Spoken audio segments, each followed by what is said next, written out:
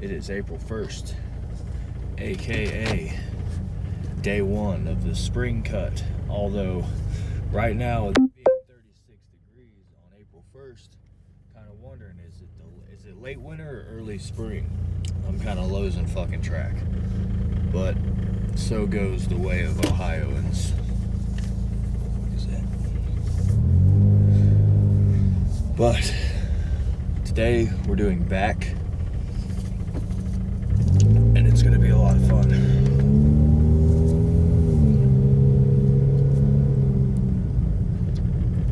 So today I wanted to talk about the anatomy of the back, and I'm probably going to lose a lot of people's focus here because there's a lot of sciencey based shit I want to talk about, but this is the kind of stuff that interests me. So maybe there's people out there that are also interested in it. So the mechanics of the back. All right, you got a humongous portion of your back is lats, and that's mainly what I'm going to talk about today is lats. Latimus dorsus is something along those lines. But there's, the way I see it, there's four main parts of your lat, right? So there's the there's the lower pelvic fibers and the teres major, which is like the teres major is that very tippy top corner right here under your armpit, and the pelvic floor is obviously the bottom. And ironically enough, from what I can tell, obviously this isn't any resounding studies. There weren't any resounding studies to back up everything I'm saying. I'm sure there are studies that support it, but I don't have the time to research it like that. I like to read on my own. I don't have time, as of now, in my current life, to break that down and, show you the studies. So I'd recommend, if you guys are that interested, go check out the studies they have on all this stuff. But essentially,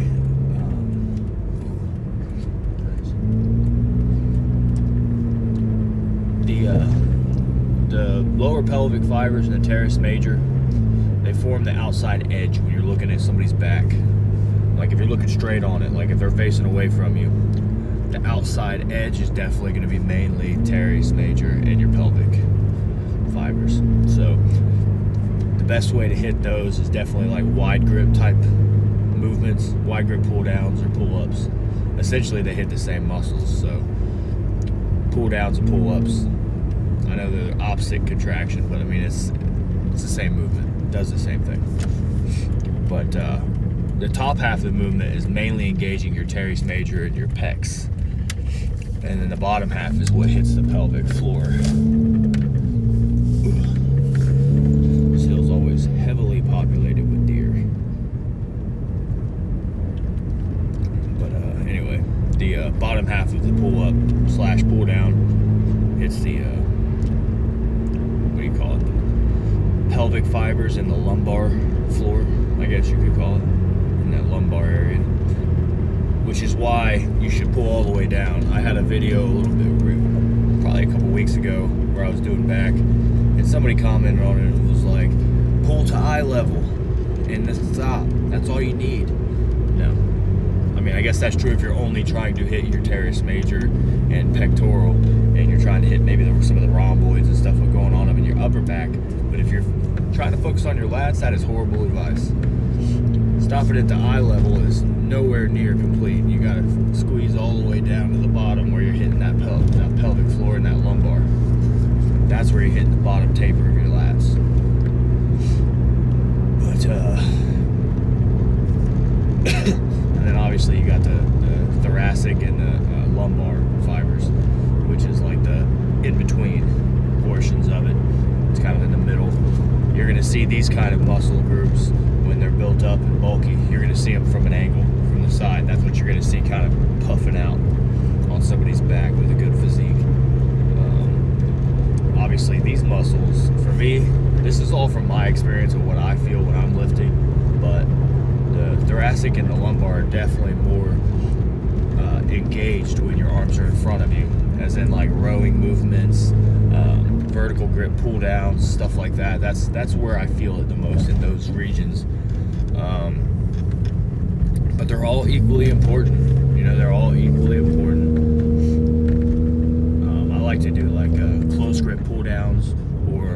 They have my gym has this bar that kind of curls and points straight behind you. So that one's good for the lumbar and the thoracic.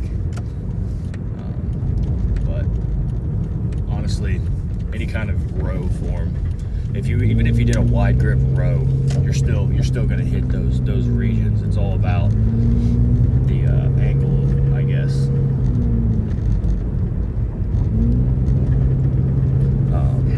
Obviously, if you've watched any of my videos on my back days, I typically do a lot of standing row type stuff, standing pullover, standing row type shit. And for obvious reasons, I'm fatigued today. I'm coming up on 35 hours fasted, so I'm obviously going to be a lot weaker than I usually am. But I'm probably gonna have to get creative here on how I'm doing back today. Probably gonna have to have a lot more leverage on my pullover type stuff today.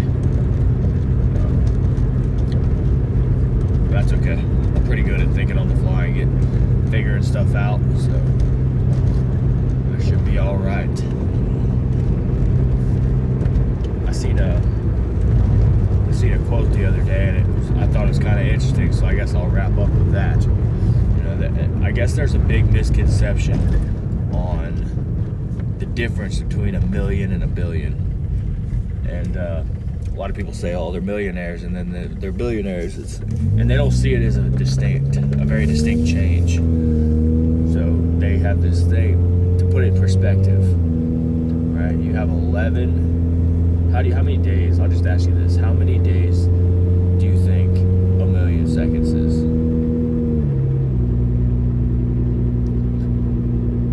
Well, it's 11.53 days.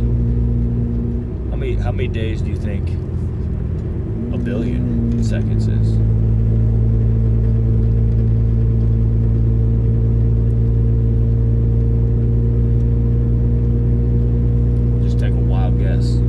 How many seconds do you think how many days is a billion seconds?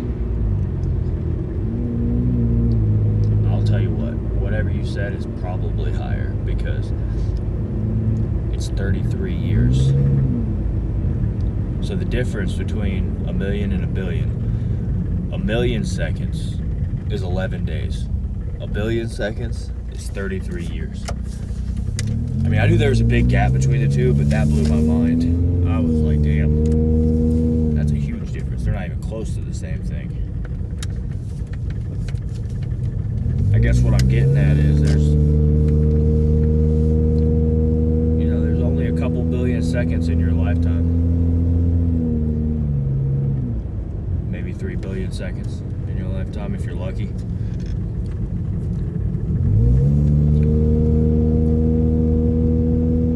Try your best to make the most of it. Push hard. Love harder. Make sure you don't waste any time letting the people in your life know how much you mean to them.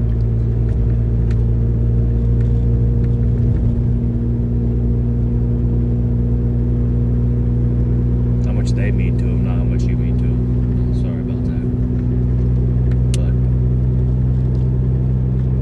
Definitely don't take advantage of the time that we have, because nobody ever knows how long they truly do have.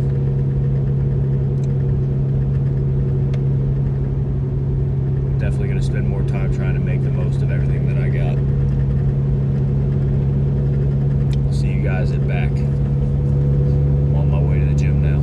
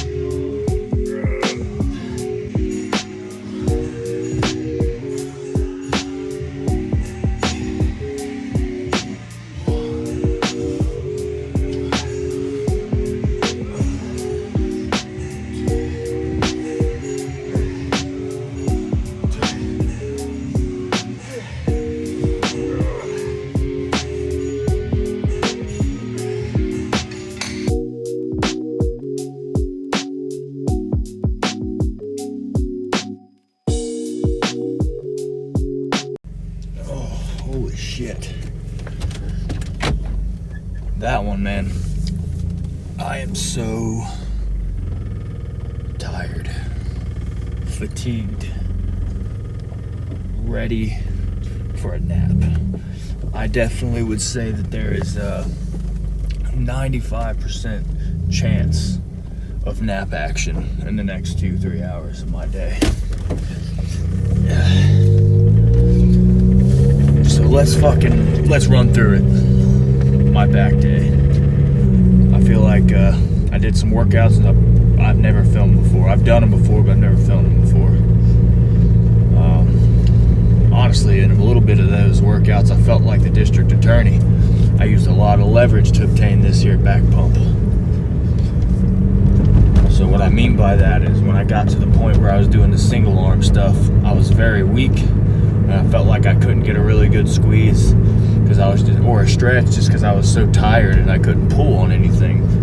And I was only getting like 4 or 5 reps. So what I did was, and that was just standing, nothing to leverage my weight. So what I did, that's why I kind of put that pad down and I put my leg under the lat pull down machine. I put my knee under there so I could use my core as leverage to help get more reps out of it. And that definitely did the job. Sometimes you just gotta think smart, think about the mechanics of what you're doing and how to achieve maximum pumpage. Same thing with the single arm rows. When I was sitting upright and trying to do them with one arm, I noticed that I was kind of twisting a lot, and it was pulling me. I wasn't pulling it.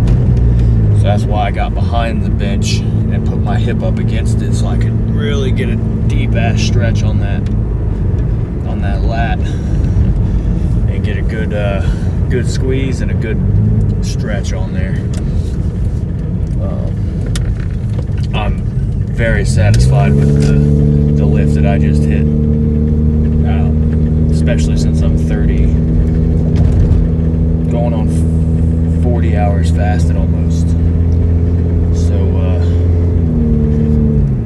plan for the rest of the day. I don't really need to, I guess I can, I got some time. I ran through my normal, I started like a normal back day. I did heavy pull downs, which they weren't as heavy as they usually are, I'll be honest. Again, I was weak. So I did lat pull downs, focusing on that deep squeeze at the bottom so I could get the bottom of my lats hit like we talked about in the earlier videos.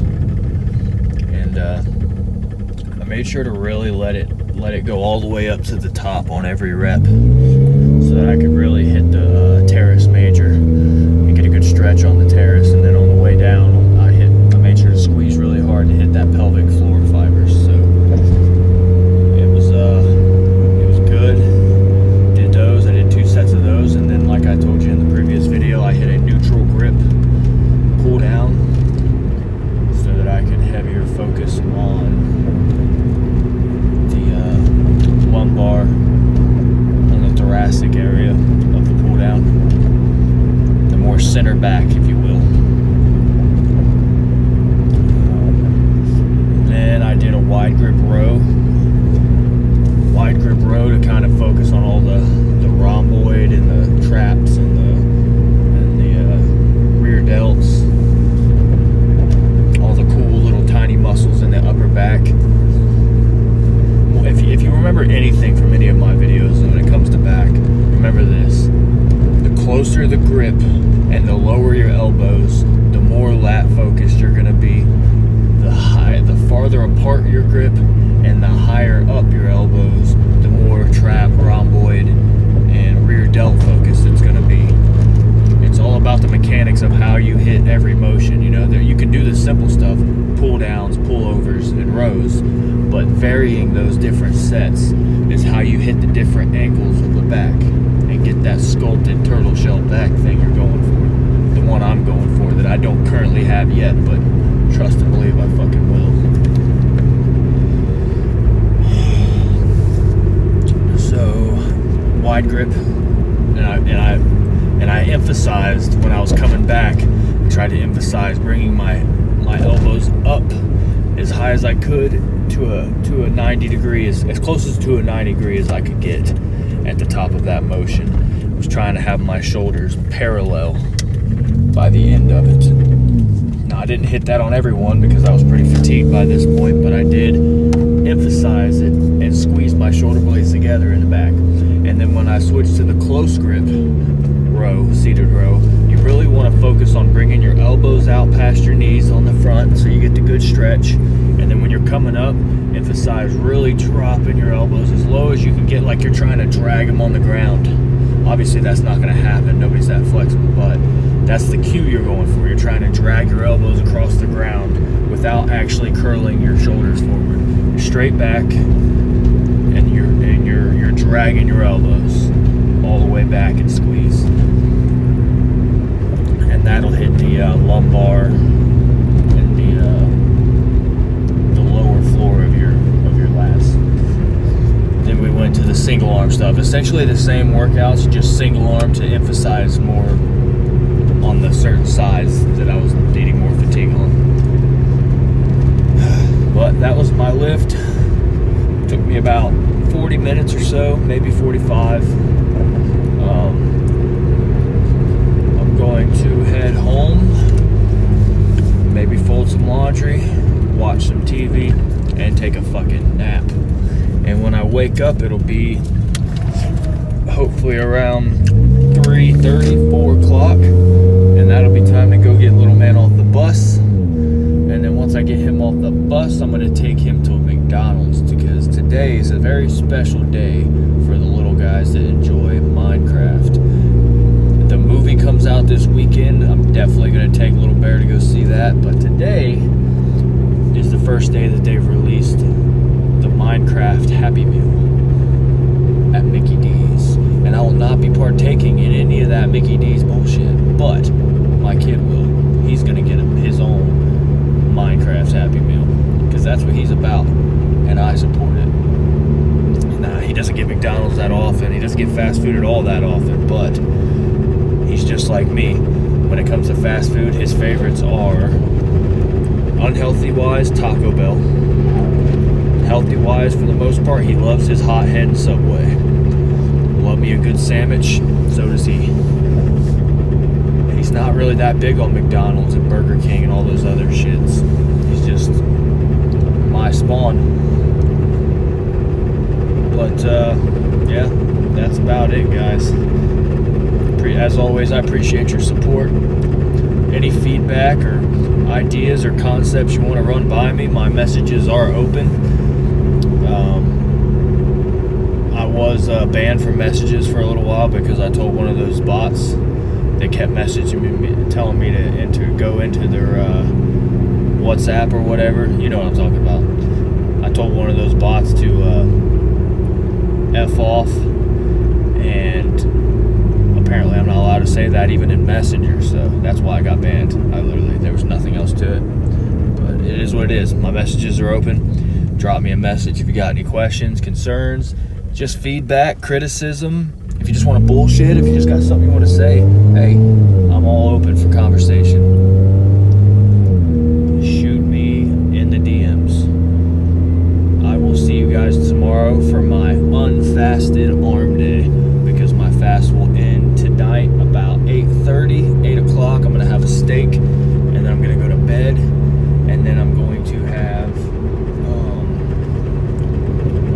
a decent breakfast when I wake up. I'm probably going to have some egg whites, maybe some oatmeal to really get my metabolism back up and going again. So I will see you guys tomorrow for that. Oh, and as always, if you're going to the gym, you're doing your thing, and you're making a better you, I am fucking proud of you.